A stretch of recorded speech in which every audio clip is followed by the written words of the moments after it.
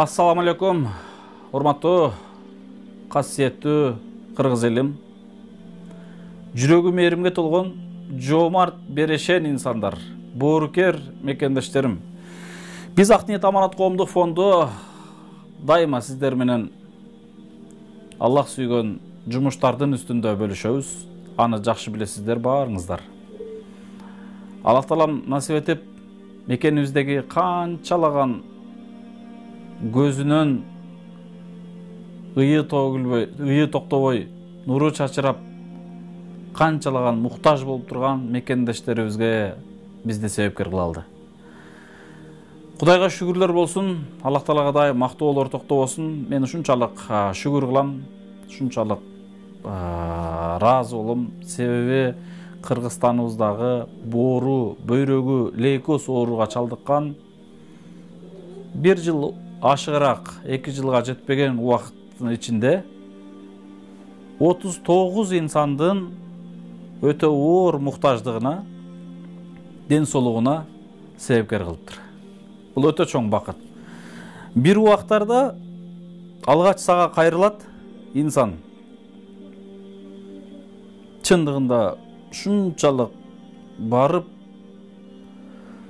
жанагы ооруп аткан инсандын кайрылуусун жада калса акыбалын көргөндө оозуңа сөз келбей калат.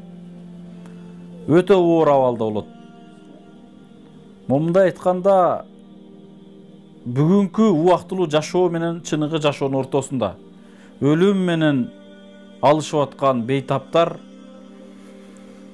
кандайдыр бир убактардан кийин ошол бейтаптарга коомчулук алып чыгып, коомчулуктун жардамы менен чет өлкөгө алып барып операция жасатып келгенден кийин кайра келгенде баягы көзүнөн башкача нуру чачырап, сага ыйлап дубасын берип турса, рахматын айтып турса, урматтуу мекендештер, бул бакытка эч бир бакыт тең келбейт. Бүгүнкү күндө кээ бир инсандар өздөрүнө жараша бандай бакыт катары көрүп алган инсандар бар.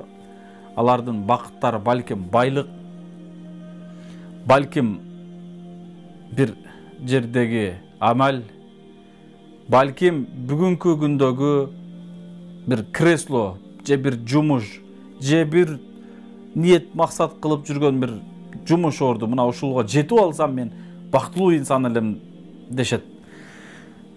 Урматтуу мекендештер, урматтуу бир туугандар, ошондой бактылуу болуп турган инсандын бакытын качырып турган бул нафис. Адамдын нафиси жаман болот. Жок, сен бактылуу эмессиң. Сен момундай болуп жашасаң, ошондо сен бактылуу болосуң деген нафис адамдын бакытын качырат. Ал нафисти тыйып турган адамды бул канаат. Биз канаат кылып жашасак, албетте биз эң бактылуулардын катарына киребиз. Урматтуу мекендештер, миңдеген эмес, миллион сомго сатып ала албаган бул адамдын ден соолугу. Мына бүгүнкү күндө биздин артыбызда турган, жаныбызда турган Закир агабыздын кызы чындыгында элибиздин дуасына, жардамына муктаж. Чет өлкөгө барып операция жасатып келиш керек. Кудайга шүгүрлөр болсун, элибиз бар экен, журтубуз бар экен, элибиз колдоп, жардамын берип отуруп, бүгүнкү күндө бир нече жардам чогулуп калды. Кече эле мына айтып атат жеңебиз, ушундай бир ишенбейт элек, ушунча жардам болуп кетет деп ойлободук элек, күтпөдүк элек, элден айланса аздык кылат деп. Албетте, бул биринчи гана биздин бейтап эмес, бул биздин 40-чы бейтап. 39 бейтапты алып келдик. Кудайга шүгүрлөр болсун, бүгүнкү күндө ошол 39 бейтаптын 37си жашап атат. Экөөнүн ажо 36 экен, үчөөнү Аллах Таала алып кете берди, канча аракет кылсак дагы. Албетте, бардыгы Кудайдын буйругу менен. Урматтуу мекендештер, урматтуу кыргыз элим, мен сөзүмдү кыскараак кылайын. Бүгүн толкунданып сиздер менен бөлүшүп турам. Себеби кече эле 21-22 күн мурун коомчулук алып чыккан кичинекей кызыбыз мына азыр сонун болуп, ушундай элдин жардамы менен жакшы татынакай болуп, Кудай кааласа жакында операциядан ийгиликтүү аяктап, кайрадан сиздерге сүйүнүчүбүздү бөлүшүп калабызбы деген үмүт, иншалла. Урматтуу мекендештер, урматтуу кыргыз элим, бүгүн сиздерге бир кыскача отчет берип кетейин.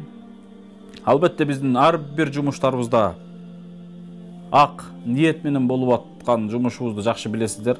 Ачык айкын болуп аткандыктан жыйынтык бар эң башкысы. Урматтуу бир туугандар, урматтуу мекендештерим, урматтуу кыргыз элим, урматтуу Кыргызстандан сыртта жүргөн, мигрант болуп өзүңүздөр, кыйналып, бөтөн жерде жүргөн Россия, Казакстан, Турция, Китай, жада калса Америкада иштеп аткан мекендештерим. Сиздерге биздин ыраазычылыгыбыз өтө чексиз. Чексиз, урматтуу мекендештер. Сиздер колдоп, канча инсандар ден соолугу сакталып калып атат. Албетте, Алла Таалам сиздерди себепкер кылып атат.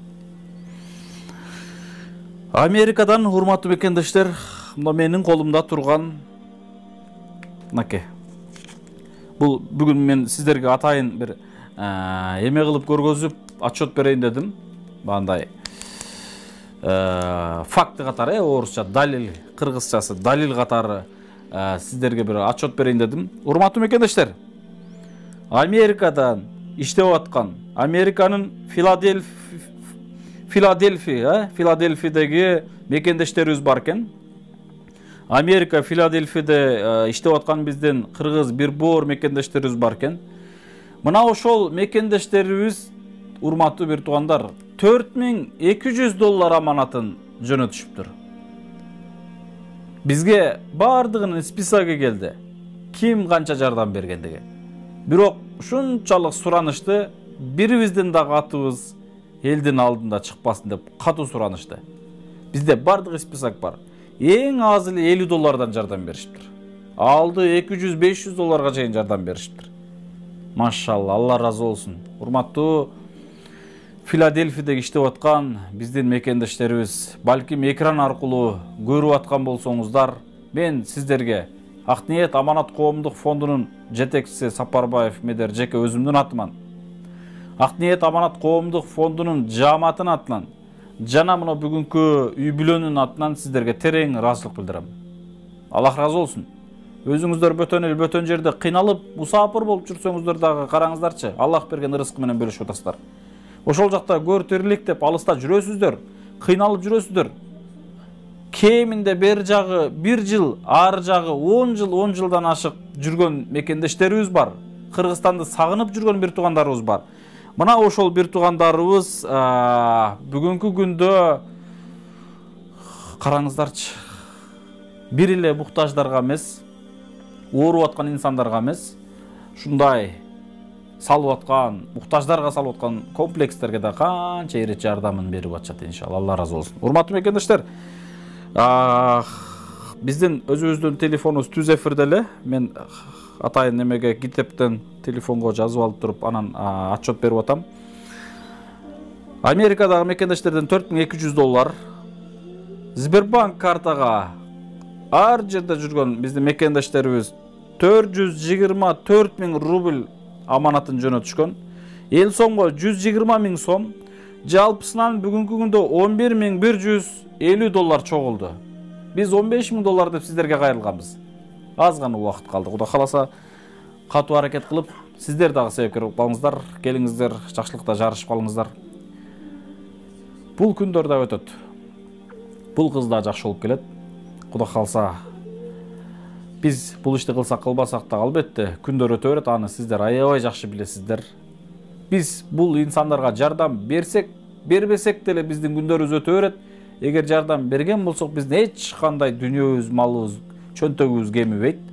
Тескерисинче Аллах Таалам тапканыңыздарга берекесин берет.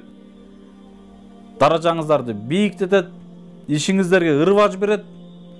Эң башкысы садака сиздерди алыстан келген балелерден сактайт иншалла. Кырсык эч качан айтып келбейт дейт го. Ошондуктан мына бизде ошол кырсыктардан, балелерден, кандайдыр бир жаман нерселерден сактап турган албетте бул садака. Терең ойлонуңуздар. Закир эке, салам алейкум. Кандайсыз? Мен элимди, мигрант мекендештеримди чындыгында сагынып, узагыраак сүйлөп алдым. Албетте кечирим сурайм, себеби мен өзүм дагы ошол талаада мигрант болуп жүргөндө ушунчалык Кыргызстанымды, өзүм баскан чаң көчөлөрдү, ата-эне бир туугандарды, дегиле Кыргызстандын абасын ушунчалык сагынган. Ошондуктан ошол сиздерди түшүнүп, ушундай узак дайым видеолор менен бөлүшөбүз. Закир эке, бүгүнкү күндө кызыңыздын абалы кантип атат? Оорлошуп атат, бирок өзүңүздүн оозуңуздан элибиз уксунчу. Ассаламу алейкум, урматтуу мекендештер. Ошол мен биринчиден ушул Гүлен атынан сиздерге ушул чоң ыраазычылык терең ыраазычылык билгизебиз. Андан кийин айтып кетсек, бүгүн кызыбыздын абалы оорубашып атат, тамак жеш начар болуп калды. Ошондуктан эртерээк алып барганга аракет кылышыбыз керек болуп атат. Биз ушул 10 чакчагарга деп пландаштырып атабыз.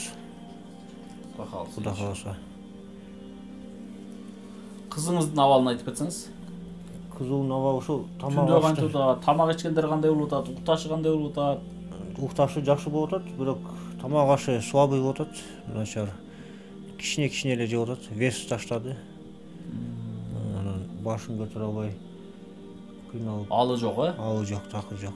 Отура албайт. Мурун басып эле чуркап эле ойночу эле. Азыр бир жерде гана жатат. Өзүн көтөрө албай атат да. Жеңим өзү бир кыскача айтып кетсинчи кызыңыз боюнча. Жеңе бир кыскача айтып кетсеңиз кызыңызды бүгүнкү абалын эл менен бөлүшүп, анан негизи эле элдин ушундай жардам берип аткандыгына бир терең ыраазычылык билдирип койсок аябай жакшы болот. Себеби бул муктаж болуп турган инсандардын дубасын Аллах Таалам биздикинен караганда жакыныраак, батыраак кабыл кылат иншалла. Ошондуктан ыраазычылык билдирип койсоңуз да жакшы болот. Урматтуу элим, сиздерге чоң ыраазычылык билдиребиз. Ушундай биздин үй-бүлөнү колдоп, жардам берип, күнү түнү жардамыңыздарды аябай, дуаңыздарды берип келип атасыздар. Сиздерге чоң ыраазычылык. Ошондой эле Ак ниет аманат коомубуз сиздерге да чоң терең ыраазычылык. Ар дайым күндө сурап турасыздар. Ала колун кандай болуп атат, эмне болуп атат, тамак ичип атабы деп. Азыркы учурда акыркы убактарда дагы биз оорлошуп баштадык. Атабыз айтып кеткендей эле тамак ичпей калды. Түнкүсүн уктаганы тыныч болгон менен вес таштап, мындай чырголонуп, жатам деп өзүнүн башын көтөрө албай, только жаткысы эле келип калды да. Андан башка эчтекеге акыбал жок азыр. Ошол күн азыркы учурда ошондой эле элибизге да чоң ыраазычылык билдирип кетебиз. Бүгүн атайын американка эжелерибиз да келип, кызыбыздын акыбалын сурап, атайын келип Бишкектен келип бүгүн көрүп кетишти. Ошондой эле башка дагы элдерге да чоң, жалпы жамаат элдерге чоң ыраазычылык билдиребиз. Күнү түнү дуаларын берип, СМС жазып, дуаларын берип, акыбалыбызды тынбай сурап турганына биздин үй-бүлөнүн атынан чоң ыраазычылык айтабыз. Рахмат жеңе, Алла разы болсун. Кудай калса, албетте элибиз сиздерди момундай кыйынчылык абалга таштап койбойт. Ушунча жардам бергенден кийин аягына чейин жардамын берет. Сарсан болбоңуздар, кыжалат болбоңуздар. Кызыңыз жакшы болгон күндөр дагы узак эмес. Жакшы күндөрдө Кудай кааласа сүйүнүчтөрдүн үстүндө эл менен бөлүшөбүз иншалла. Ошол күндөргө жеткирсин Кудайым. Урматтуу мекендештер, урматтуу кыргыз элим, караңыздарчы, чындыгында бир өтө бир кайгылуу нерсе, бул нерсе чындыгында себеби эч кимдин баласы оорубасын. Болгондо дагы мен буга чейин да айтып келгем, азыр да айтып кое берейин. Өзү балдар үйүндө чоңойгон, кыйналып чоңойгон, кыйынчылыктын эң азабын көргөн мына ушул Закир агабыз болгон. Мен Закир агабыз менен сүйлөшүп, шунчалык өзүмө мындай таасир алдым. Кудайга шүгүр кылдым.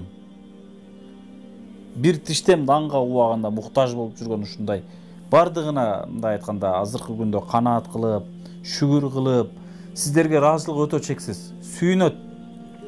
Сиздер 100 сом салсаңыздар да, 50 сом салсаңыздар да кубанып мен менен бөлүшөт. Медер карачы, элибиз бар экен, журтубуз бар экен, жардам берип атат деп эми ыраазычылыктары чындыгында чексиз. Мага ушул нерселерди айтып атканда кадимкидей сиздер жардам берип атканыңыздар, сиздер менен бул үй-бүлөнүн ортосунда көпүрө болгондугума мен ушунчалык сүйүнүп, толкунданып шүгүр кылам иншалла. Дагы баса белдеп кетем, мен унутуп калыптырмын. Азыр жеңебиз айткандай эле америкалык өзү немецтер, мына ошол инсандар бүгүн келип бул үй-бүлөгө буга чейин дагы жардам берип келген. Бүгүн 5000 сом аманатын берип, плюс операцияга кете турган Турцияга же Индияга жөнөтөбүз деп турабыз, Кудай кааласа.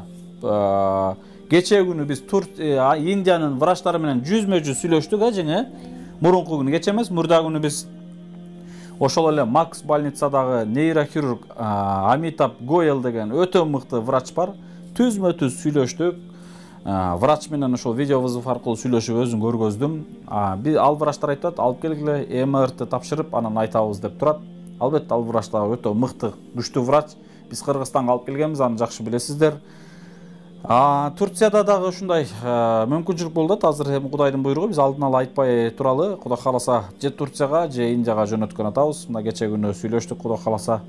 Анан ошол Америкадан келген немецтер ошол жака баруучу жол киресин дагы төлөп беребиз деп, жардам беребиз дешти иншалла. Караңызчы. Өзү башка улут. Өзү американецтер. Үй-бүлөсү менен келип ушул үй-бүлөнү сурап кетишти, Бишкектен келип бүгүн. Мына караңыз, керемет. Чындыгында мындай үй-бүлөлөрдүн көп дубасын алыш керек. Урматтуу мекендештер, мен бул үй-бүлө боюнча сөзүмдү айта берсем, өзүнчө эле мындай том китеп да болушу мүмкүн. Эми бул үй-бүлөнү мен 2 жылдан бери таанып жүргөндүктөн аябай мындай жакшы билем. Закир агабыз биздин Ак ниет Аманат коомдук фондунун медиа тармагына кызмат кылып келет. 1 сом акча албастан акысыз кызмат кылып келет. Бүгүнкү күндө кээ бир оператор, кээ бир ушундай медиа тармагында кызмат кылып жүргөн балдарга бир жумуш сурансаң, акысыз сүйлөшүү кыйын.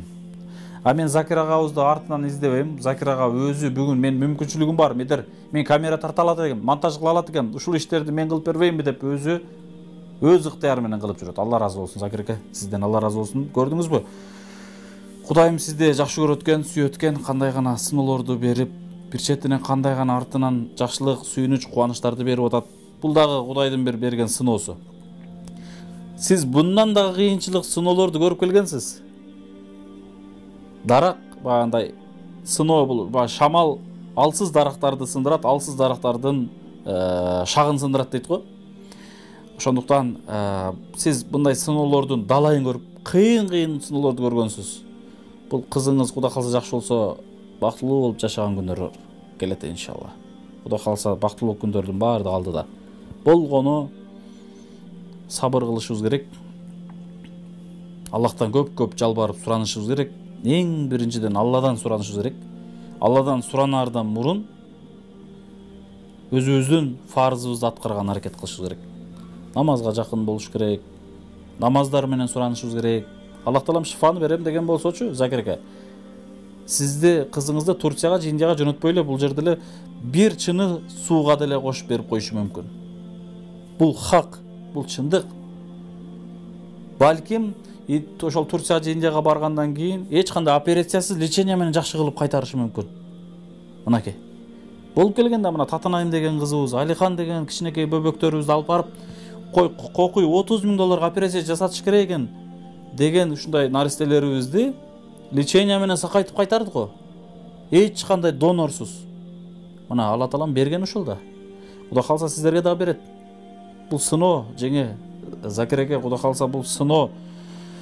Албетте бул сыноону дагы кимге берип атат? Урматтуу мекендештер, мен ушунчалык бүгүн сүйлөгүм келип сүйлөп атам. Себеби бүгүн жума күн, сонун күн. Бул сыноо менен катарчы бизге дагы сыноо берип атат. Кантип дебейсиздерби? Мен Закир аканы тааныйм. Балким Закир ака жакындары, коңшулу, жакын тааныштары бар. Закир акага ушундай сыноо берип койду, оор сыноо. Сиздер, биздер, жакын тааныштары ушул үй бүлөдөн кабар алып жардам берер бекен, көңүлүн сурай бекен, жакшы сөзүн айтар бекен жок дегенде деп, Аллах таалам бул үй бүлөгө кошуп бизге дагы сыноону берип койду. Караңыздарчы. Мынакей. Анан дагы маселе. Аллах таалам бүгүнкү күндө бул кызга сиздер аркылуу жардамын берип атат. Дагы ойлогошубуз керек. Мен берип атам. Кээ бир инсандар бар да, мен жардам берип атам, мен кылып ушуларды жакшы кылып келдим Индияга апарып деген нерсе болбош керек. Аллах таалам ушул наристелердин ырыскысын сиздер аркылуу берип коюп атат. Караңыздарчы. Мына ушундай. Урматтуу мекендештер, туура түшүнөсүздөр. Бүгүн толкунданып сүйүнгөнүңүздөн, элибиз кайдыгер карабай ушул үй бүлөгө жардам берип аткандыгынан мен сиздер менен бөлүшүп турам. Рахмат айтам. Аллах разы болсун. Урматтуу мекендештер, эч кимдин үйүндө баланын ые, көз жашы төгүлбөсүн, ыйлабасын, оорубасын эң башкысы. Эч бир ата-эне балам деп сыздабасын. Эч бир ата-энеге момундай муктаждыкты салбасын. Кудай кааласа жакшы күндөр алдыда, жардам берейли. Аз гана убакыттар калды. Операциянын өзүнө 15 000 доллар кеткен болсо, андан сырткары ал жакта жашоочу, кварплата, жеп ичкен, дары-дармек деген нерселер бар. Биз операциянын өзүн гана сиздер менен бөлүшкөнбүз. Кудай калса келиңиздер, кайдыгер карабаңыздар, жардам бериңиздер, кол сунуңуздар. Буга чейин сиздер канча адамдардын өмүрүн сактап калдыңыздар. Дагы да мен ишенем, бул кыздын да өмүрүн сактап каласыздар иншалла. Рахмат барыңыздарга. Тынч болуңуздар. Жардам берүү үчүн бүт эл сом, Сбербанк карталар, счеттор экран алдында турат. Күмөнсүз жардам берсеңиздер болот иншалла. Рахмат барыңыздарга. Тынч болуңуздар. Жок дегенде ушул кызга көмөк көргөзө албасак, жардам бере албаган болсок, ушул видеолорду башкалар менен бөлүшүп коелу. Бул ушул Америкадан келген аманат, бул сиздин аманатыңыз, кызыңыздын аманаты. Анан эч кандай бизден фонд болгону ортодо көпүрө. Ушул үй бүлөнүн ар бир буга чейинки үй бүлөлөрдүн дагы ушундай өздөрүнүн реквизиттерин койгонбуз. Болгону биз көпүрө. Себепкер ортодо. Болду, башка маселе жок. Иншалла ушул үй бүлө жакшы болуп кеткен болсо, ушул үй бүлөнүн дуасын алып калсак, сиздердин акыретке болгон соопко эгедер болушуңуздарга биз себепкер болуп калсак деген чоң максат ниетибиз иншалла. Рахмат. Ошол Америкада көрүп аткан мекендештер, дагы да башкаларга жеткириңиздер. Башкалардын жардам берүүсүнө себепкер болойлу бардыгыбыз. Эгерде биз жардам бере албаган болсок, жок дегенде алаканыбызды жайып, ушул кызга дуа кылып коелу иншалла. Рахмат барыңыздарга. Тынч болуңуздар. Ассаламу алейкум.